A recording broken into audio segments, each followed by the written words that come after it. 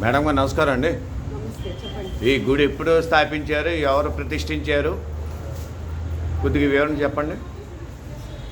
ఈ గుడి యాక్చువల్లీ ఈ కాలేజ్కి, డిగ్రీ కాలేజ్ ఆంధ్రకేసరి డిగ్రీ కాలేజ్కి నేను సెక్రటరీగా చేసినప్పుడు దీని స్థాపకులు వైఎస్ నరసింహారావు గారు నన్ను ఒక సరస్వతి మందిరం కట్టించాలి, బిట్స్ పిలానీలో మాత్రం పిల్లల కోసం ఒక సరస్వతి గుడి ఉంది, నువ్వు కూడా ఒక మందిరం కట్టించాలని నన్ను అడగడం జరిగింది. అప్పుడు నా దగ్గర వైద్యం చేయించుకున్న పేషెంట్లు ఒకళ్ళు అదే టైంలో ఇంచుమించుగా వాళ్ళ పిల్లలకి నేను వైద్యం చేయడం జరిగింది. వాళ్ళు వచ్చి నన్ను, మేడం గారు మీ చేత నేను ఏడాదికి ₹1,00,000 ఖర్చు పెట్టిస్తాం, ప్రోగ్రామ్ ఏదైనా చెప్పండి అని నన్ను అడగడం జరిగింది. వాళ్ళకి అప్పుడు ఈ ప్రాజెక్ట్ గురించి నేను చెప్పి వెళ్ళి చూడండి ఒకసారి కాలేజ్ వాళ్ళకి నేను చెప్పినప్పుడు వాళ్ళు స్థలం చూపించడం జరిగింది.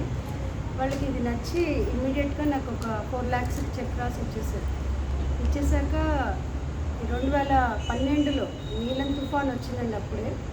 అప్పుడే దేనికైనా రెడీ అనే సినిమా వచ్చింది. మోహన్ బాబు సినిమా. అవునండి, మోహన్ బాబు కొడుకుది. అవునండి.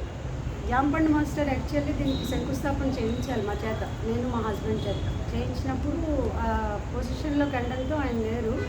అప్పుడు మేమే వేరే బ్రాహ్మణులు పెట్టుకుని మధుర కృష్ణమూర్తి శాస్త్రి గారి ఆధ్వర్యంలో దీనికి శంకుస్థాపన చేయడం ఆ తుఫాను కాలంలో మేము జరిగాక మేము నవంబర్ 5వ తారీఖున మేము శంకుస్థాపన చేసాం. ఫిబ్రవరి 15 కల్లా ప్రాణప్రతిష్ఠ అయిపోయింది అమ్మవారికి. ఈ విగ్రహం కూడా నేను జైపూర్లో చేయించడం జరిగింది. ఆ విగ్రహం చేసిన ఆయన కూడా చాలా అనుష్ఠానపరుడు. ఎందుకంటే మాకు తోగుమ్ అనే చోట సత్యసాయిబాబాకి ఎవరైతే అంత్యక్రియలు చేశారో ఆయన మాకు కుటుంబానికి పురోహితుడు అనమాట. బాబీ గారు, మల్లికార్జున వేలూరుపాటి మల్లికార్జున శర్మ గారు. ఎందుకు ఆయన అదే టైంలో వచ్చి ఆ విగ్రహం చూసి, అమ్మ ఈ విగ్రహం చాలా అనుష్ఠానపరుడు చెప్పాడు, ఈ విగ్రహంలో చాలా కళ ఉందని చెప్పాడు. నాకు కొంచెం ఆశ్చర్యం వేసింది. అంటే విగ్రహాన్ని చూసి ఎవరు చెక్కారో కూడా మీరు చెప్పగలరా అని నేను అడిగాను. తెలిసిపోతుందమ్మా, మాకు ఆ కళ తెలిసిపోతుందని చెప్పారు ఆయన. అలాగే చాలా నిదర్శనాలు కూడా కనిపిస్తున్నాయండి. అప్పుడు మేము చేయడం జరిగింది.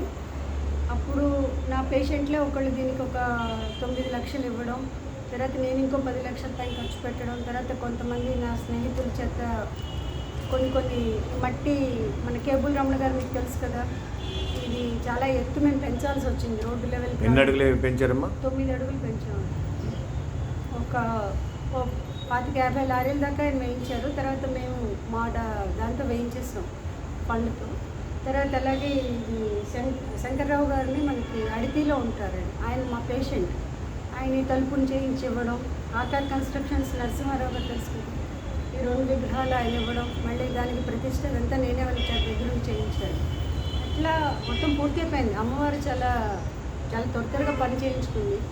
కాకపోతే గుడి కట్టాక నేను పూర్తి చేసేసాను. గుడి ఒక 6 నెలల్లో మొత్తం పూర్తి చేసేసాను. పూర్తి చేసి 3 సంవత్సరాలు మా సిస్టర్ వాళ్ళ అబ్బాయిని ఇక్కడ కాలేజీలో జాయిన్ చేసి, డిగ్రీలో జాయిన్ చేసి నేను పూజారి కింద పెట్టినప్పుడు వాడు ఇప్పుడు పూజారి కింద అయిపోయి డిగ్రీ పాస్ అయ్యి MBA చదువుకుని తర్వాత మళ్ళీ లాయర్ చదివి ఇప్పుడు లాయర్గా ప్రాక్టీస్ చేస్తున్నాడు. అలాగే చాలామంది కూడా వాళ్ళ అనుభవాలు నాకు చెప్పడం బాగుంది, అమ్మవారి గుడి వల్లని అందరూ కూడా ఇచ్చేయాలని నేను అనుకున్నాను. కాకపోతే నేను నా పర్సనల్ ప్రాబ్లమ్స్ వల్ల కొన్నాళ్ళు ఈ వర్క్ అందరికీ నేను దూరం జరిగాక తర్వాత కొన్నాళ్ళు ఈ గుడి వేరే వాళ్ళ చేతుల్లోకి వెళ్ళడం, కొన్ని కంప్లైంట్స్ నా దాకా రావడం జరిగినప్పుడు వెంటనే మళ్ళీ కమిటీని మార్చి కమిటీలో పెట్టి, నేను మీకందరికీ కూడా తెలుసు కదా, వైఎస్ నరసింహారావు గారు కాలం చేయగానే కాలేజెస్ మొత్తాన్ని కూడా ఈ ప్రోగ్రాంలోకి వెళ్ళడంతో ఆ కమిటీ ద్వారా కమిటీని మార్చి మళ్ళీ నేను చేతుల్లోకి తీసుకుని మళ్ళీ ఈవేళ సంప్రోక్షణ అది చేసి అమ్మవారికి పూజలు రెగ్యులర్గా చేయాలని. ఇవాళ అక్షరాభ్యాసానికి ఎంతమంది వచ్చి ఉంటారమ్మా? గుడి ప్రాముఖ్యత అంటే ఇప్పుడు ఇక్కడ వచ్చిన భక్తులకు ఏ కోరికలు నెరవేరినాయి? ఆరోగ్యపరంగానా, లేకపోతే చదువు పరంగా వాళ్ళకి కలిసి వచ్చిందా? నాకు చెప్పగలరా, వివరం చెప్పగలరా? చదువేనండి ముఖ్యంగా. అమ్మవారి గుడి సరస్వతీదేవి గుడి అంటే చదువుకే మనం ప్రాధాన్యత ఇస్తాం. అక్కడ ఉన్నది చదువులందరికీ వజ్జైనటువంటి విఘ్నేశ్వరుడు, ఇక్కడ చదువును ప్రసాదించేటటువంటి దక్షిణామూర్తి, ఆవిడ చదువుల సరస్వతి, వేదమాత. అందుకని చెప్పేసి అసలు ఈ గుడి కట్టిందే చదువు కోసం, పిల్లల కోసం, కాలేజీలో పిల్లల కోసమే. కాకపోతే బయట వాళ్ళు కూడా దర్శనం చేసుకోవడానికి మార్నింగ్ 2 hours ఈవినింగ్ 2 hours కూడా మనం ప్రజలకు అందుబాటులో ఉంచాలన్నట్టుగా తీసి ఉంచుతాం. కాకపోతే ప్రత్యేకంగా నేను కట్టించింది పిల్లల కోసం, పిల్లల చదువుల కోసం. వాళ్ళకి చదువు రావాలి, మన అందరం తెలివైన వాళ్ళు రావాలి. ఉత్సవాలు ఏమైనా చేస్తారండి? ఏ తారీఖులు ఏ నెలలో చేస్తారు ఉత్సవం? చేస్తామండి. ఇక్కడ ఇవాళ తారీఖు? వసంత పంచమి, అమ్మవారి పుట్టినరోజు చాలా ఘనంగా జరిగింది. చాలామంది విపరీతంగా 500 మంది పైన భక్తులు వచ్చారు. చేసాం, సంప్రోక్షణ కార్యక్రమాలన్నీ చేసాం. తర్వాత ప్రతి ఏడాది కూడా దసరాకి మూల నక్షత్రం నుంచి చాలా ఉగ్రంగా ఉంటుంది. అమ్మవారు సరస్వతి రూపంలోకి మారుతుంది. అప్పుడు కూడా చాలా వైభవంగా ఉత్సవాలు జరుగుతాయి. ఎవ్రీ ఇయర్ జరుగుతాయి. మీరు ఇక్కడ స్లోగన్ పెట్టారు, దర్శనం చేసుకోండి, దక్షిణతో పని లేదు. నీటి కారణం అది యాక్చువల్గా నేను పెట్టింది కాదండి. మధ్యలో ఇంకోటి చేతుల్లోకి వెళ్ళిందని అది. అంటే దక్షిణతో ఇక్కడ నిజంగానే పని లేదు, కానీ అలాంటి వాటితో కూడా పని లేదు. కానీ చాలా మంచి స్లోగన్ పెట్టారు మీరు. స్లోగనే. భక్తితో రండి, దక్షిణతో పని లేదు. చాలా మంచిది అది. మంచి స్లోగన్. మీరు ఎక్కడికో తీసుకెళ్ళి ఆ పదం చాలా గట్టిగా పెట్టారు అది. అవునండి. కాకపోతే దానికి వ్యతిరేకంగా కొన్ని జరిగిన కంప్లైంట్స్ రాబట్టే నేను చేతుల్లోకి మళ్ళీ తీసుకోవడం జరిగింది. దక్షిణతో నిజంగానే పని లేదు. కాకపోతే గుడి మెయింటెనెన్స్కి మేము ఒక ఫండ్ క్రియేట్ చేయాలి. మేమే క్రియేట్ చేస్తాం, కానీ క్రియేట్ చేసి ఒక పురోహితుడిని పెట్టి వచ్చిన వాళ్ళందరికీ వేద ప్రకారంగా ఒక అనుష్ఠానంగా, ధర్మంగా, ఆగమశాస్త్ర విధిగా మొత్తం ఒక పద్ధతిలో ఉండేలాగా అనుష్ఠానం చేసుకునేలాగా ఇక్కడ పెట్టాలని ఆలోచన. అంటే కొన్ని పద్ధతులు ఉంటాయి. దేవాలయానికంటూ కొన్ని విధులు ఉంటాయి. దేవాలయంలోకి వెళ్ళాలంటే కొన్ని రకాల దుస్తులతోనే రావాలి, కొంచెం క్లీన్గా రావాలి. అవన్నీ మనం పాటించాలి, తప్పదు. అవి పాటించినప్పుడే మన మేధస్సుకి పదును పెరుగుతుంది. మనకి మంచి వాక్శుద్ధి కానీ తెలివితేటలు కానీ పెరుగుతాయి. అవన్నీ ఇక్కడ ఇంప్రూవ్ అయ్యేలాగా సనాతన ధర్మం గురించి ఎన్నో ప్రచారం నేను చేస్తున్నారు. అంటే ఇక్కడ సభలు పెడతాం కానీ, లేకపోతే భరతనాట్యం అలాంటివి ఏమైనా అరంగేట్రం చేయిస్తాం కానీ అలాంటివి ఏమైనా చేస్తున్నారా? చాలా కాలం తర్వాత ఇవాళ చేతిలోకి తీసుకున్నానండి. తప్పకుండా ఆలోచనలు ఉన్నాయి. పక్కన ఒకటి చిన్న షెడ్ వేద్దామని ఉంది ఆలోచన. అంటే ఇక్కడ అక్షరాభ్యాసాలు చేసుకున్నాక వాళ్ళు భోజనాలు అవి పెట్టుకుంటే పెడదాం అన్నట్టుగా దానికి ఇంకా ఉంటుందండి డెవలప్మెంట్. భాస్కర్ రామ్ గారితో మాట్లాడాను. ఆయన కూడా అదే విషయంలో చేశారు. డెవలప్మెంట్ అయితే ఖచ్చితంగా ఉంటుంది. ఏ రూపంలో ఉంటుందనేది నాకు తెలియదు. ఎందుకంటే ఈ గుడి ఒకవేళ భక్తులు ఇవ్వాలంటే మీకు ఏ రూపంలో ఏం చేయాలి చెప్తే దానికి అందరికి తెలుస్తుంది కదా. అది వాళ్ళ ఇష్టం అండి. నేను ఎవరిని ఏమి కోరికలు కోరడం అనేది ఉండదు కదా. ఆవిడ నా చేత నిర్మించి అంటే ఇప్పుడు మీరు ఇక్కడ షెడ్ నిర్మించాలన్నారా? షెడ్కి కానీ, లేదా వంటశాలకు కానీ, లేకపోతే నిత్యం ప్రసాదం వితరణ అంటే శనగలు అవ్వచ్చు, పులిహోర అవ్వచ్చు, ఏదైనా అలాంటివన్నీ ఇస్తే తీసుకుంటారా? అలాంటివి కొంచెం చెప్తే, ఇది సోషల్ మీడియాలోకి వెళ్తుంది కాబట్టి ఎవరిని కాంటాక్ట్ చేయాలి అని చెప్తే కనుక అందరికి ఉపయోగపడుతుంది కదా. అది తప్పకుండా అండి. ఇది ప్రస్తుతం చైర్పర్సన్ నేనే గుడికి. తప్పకుండా తీసుకుంటాం. అది అమ్మవారి గుడికే వినియోగిస్తాం. కానీ ఎవరిని ఏం కోరడం ఇది చెయ్యండి అని ఉండదు. మీరు కోరమని అట్లా తెలియపరిస్తే తప్పకుండా వాళ్ళు ఇది చెయ్యండి అని చెప్తే చేస్తాం. గుడి వరకు నేను ఇందాక మీకే చెప్పాను. అసలు గుడి కట్టినప్పుడే నా పేషెంట్లో వచ్చి మీరు చెయ్యండి, మీ చేత మేము ఖర్చు పెట్టిస్తాం అని చెప్పి వాళ్ళు ముందుకు రావడంతో నేను మళ్ళీ అందుకు రిటర్న్ పెట్టి ఇది గుడి కట్టడం అయింది.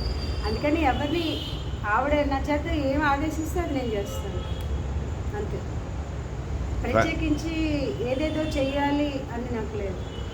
ఒక ప్రశాంతంగా ఉండాలి, పిల్లలు ప్రశాంతంగా చదువుకోవాలి, ఇది చూసిన వెంటనే వాళ్ళకి చదువుకోవాలి, మంచి దారిలోకి వెళ్ళాలని వాళ్ళకి అనిపించాలి. అందుకోసమే గుడి. అంటే పొద్దునే తీస్తారమ్మా? ఎన్నిటి దాకా ఉంటుంది timings? Morning 2 hours, evening 2 hours ప్రజలకు అందుబాటులో ఉంచాలని అనుకుంటున్నాను ప్రస్తుతం అయితే. వేడిగా ఇలాంటి ఉత్సవాల రోజుల్లో మాత్రం పొద్దున్న మధ్యాహ్నం అయితే 2 వరకు ఉంది. నేనున్నా ఉండకపోయినా ఉంటారు, అందరూ ఉంటారు, అందుబాటులో ఉంటుంది. అమ్మవారిని దర్శనం చేసుకోవచ్చు. పూజారిని కూడా పెట్టేస్తామండి, వెతుకుతున్నాం. కొంచెం అనుష్ఠాన పనులను చూసి పెడదాం అన్నట్టుగా వెతుకుతున్నాం. చూసి పెడతాం. తప్పకుండా ఉంటారండి, అందుబాటులో ఉంటుంది. కేవలం పిల్లల కోసం ముఖ్యంగా. తర్వాత పక్కన కడదామని అనుకుంటున్నాం. ఎవరేమి ఇచ్చినా వచ్చిన ఫండింగ్ని బట్టి మేము ప్లాన్ చేయడం ఉంటుంది ఫర్దర్గా. అంటే ఇప్పుడు ఎన్ని గజాలు ఉందండి మీది స్థలం? మీరు చెప్పదే షెడ్ వేయవలసింది. లెక్క చూడాలండి. ఇదంతా గవర్నమెంట్ది, మున్సిపాలిటీది. ఇదంతా కాలేజెస్ అన్నీ కూడా మున్సిపాలిటీవే, సొంతం ఏవి కాదు, ఎవరిది కాదు, కమిటీది. ఇది కమిటీకి మున్సిపాలిటీకి మేము లోబడి ఉంటే పని చేయాలి. ఏం చేసినా ఎవరి సొంతము కాదు, ప్రజలది. సరస్వతీ త్రియం దృష్ట్వా వీణా పుస్తకధారిణి హంసవాహన సమాయుక్త విద్యాదానకరీ మమ.